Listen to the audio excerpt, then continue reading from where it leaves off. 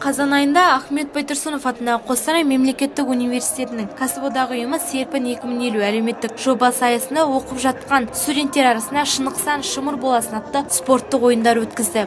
Шараның ашылу салтанатына кәсіподағы ұйымының төрағасы Нұрлан Мамиев сөз сөйлеп, қатысушыларға сәттілік тіледі. Салауатты өмір салтын насихаттаған жоба қазақтың ұлттық ойындарының бірі тоғызқұмалақтан өткен жарыста жеңімпаз атанған студенттерді марапаттаумен жалғасты. Айта кетер болсақ, жігіттер арасынан тоғызқұмалақтан Абылай Мырза бас жүлдені қанжысына байласа, қыздардан Диана Тоғызбай жеңімпаз атанды. Сайыс барысында жігіттер арасында баскетболдан, қыздар арасында волейболдан қызу ойын болды. Нәтижесінде баскетбол ойыны бойынша 8 топтан құралған құрамадан инженерлік технологиялық факультетінің студенттері Кран командасы топ жарса, қыздар арасындағы волейболдан 5 топтан құралған құрамадан жүлделі бірінші орынды агробиологиялық факультеті иеленді.